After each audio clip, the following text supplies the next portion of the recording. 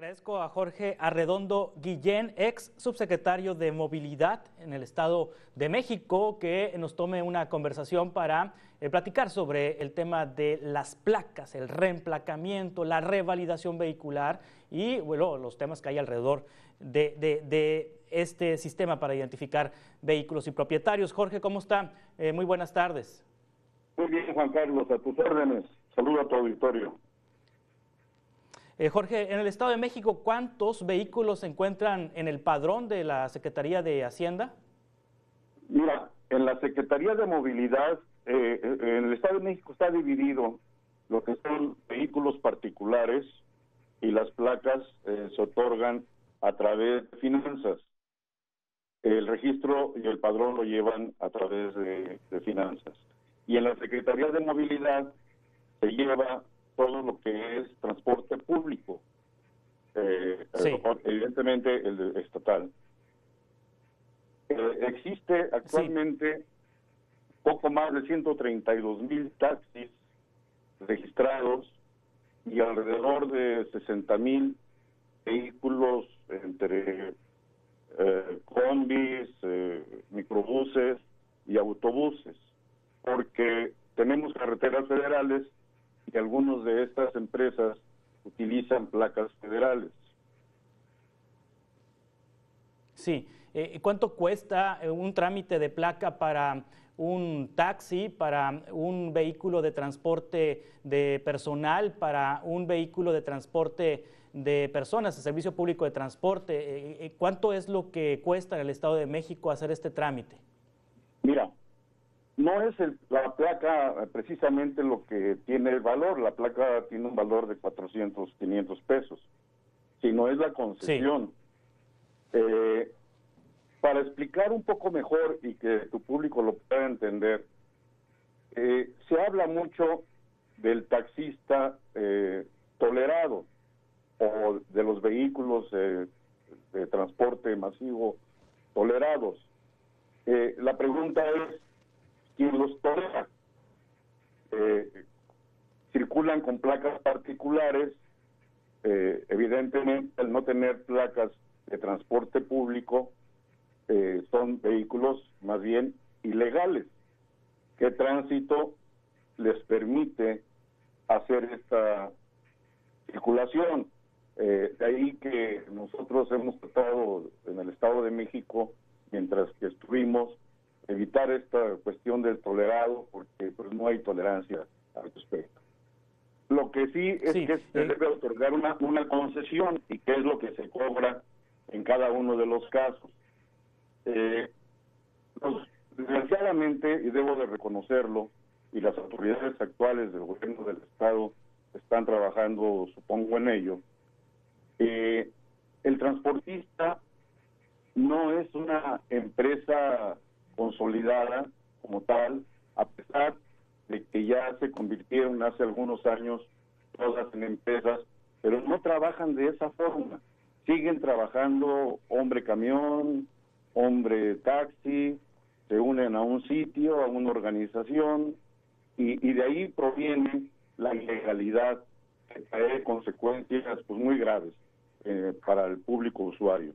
Entre otras, evidentemente, la falta de seguridad y más allá de los costos que pudieran tener las concesiones, y quiero precisarlo, son concesiones que se otorgan a una empresa, a una sociedad anónima, y estas las revenden o las alquilan a los usuarios, perdón, a los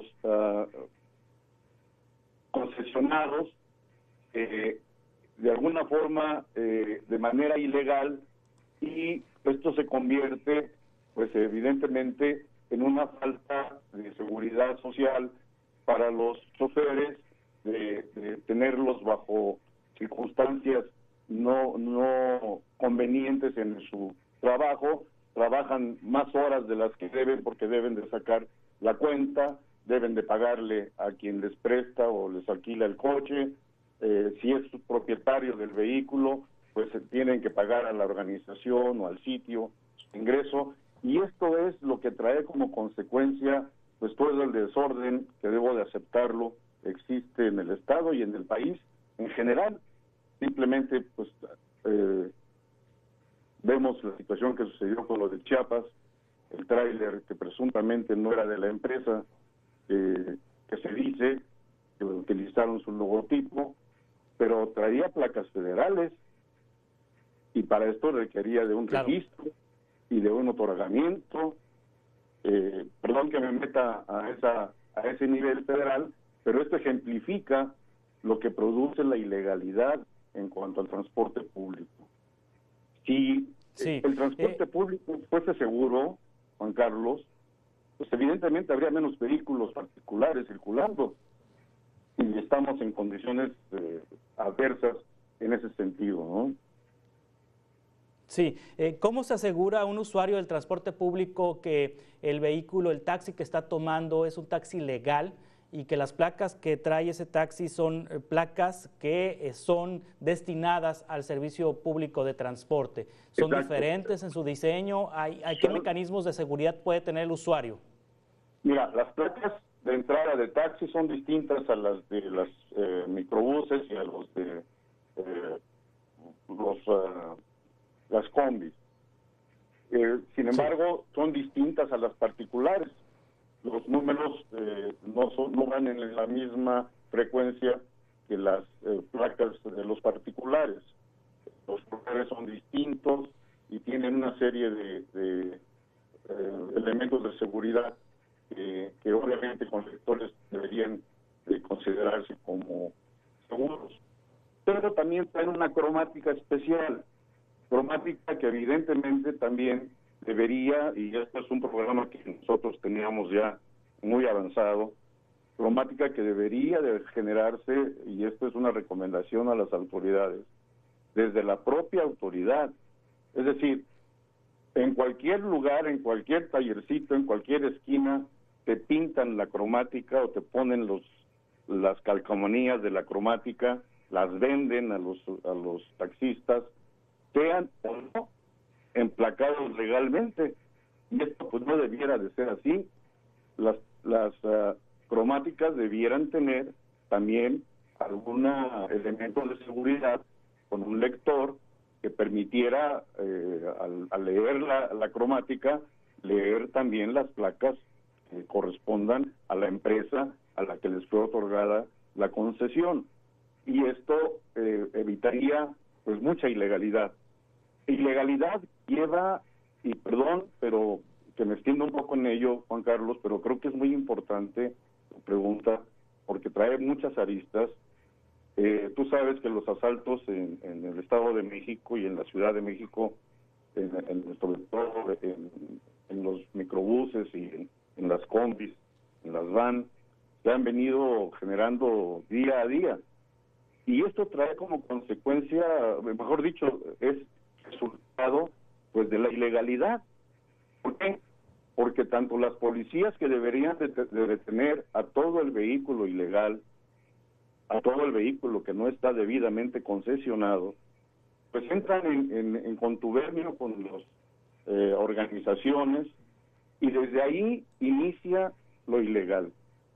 ¿Qué te extraña o qué nos podría extrañar que ese vehículo que está circulando en la avenida Morelos o en la avenida Zaragoza, o que viene de Iztapalapa a incorporarse a la zona de Nezahualcóyotl o de Ecatepec, que son donde surgen los más continuos asaltos, ¿qué te dice? Que ese vehículo es legal, y que incluso los choferes o las organizaciones no están de acuerdo con ellos, con los propios ladrones, y la policía de entrada, o las policías, mejor dicho, porque utilizan también carreteras o tramos federales, las policías pues no están deteniendo a todos los vehículos ilegales.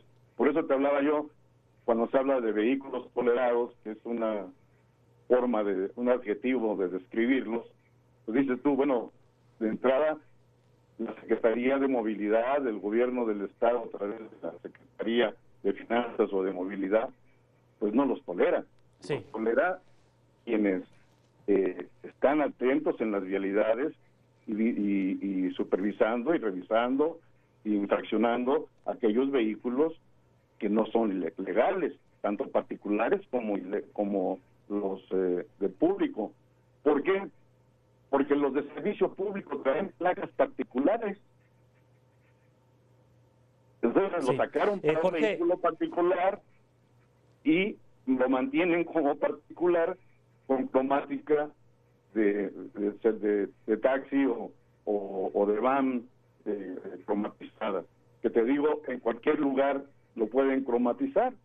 Entonces, si las cromáticas de entrada también fuesen junto con el otorgamiento de la concesión, tuviesen necesariamente alguna circunstancia que permitiera evitar que se vendieran en cualquier lugar, o que se pusieran en cualquier lugar, o se pintaran en cualquier lugar, esto obviamente tendría un mejor control y entre las policías y los inspectores pues tendrían forma de poder recurrir a ello, ¿no?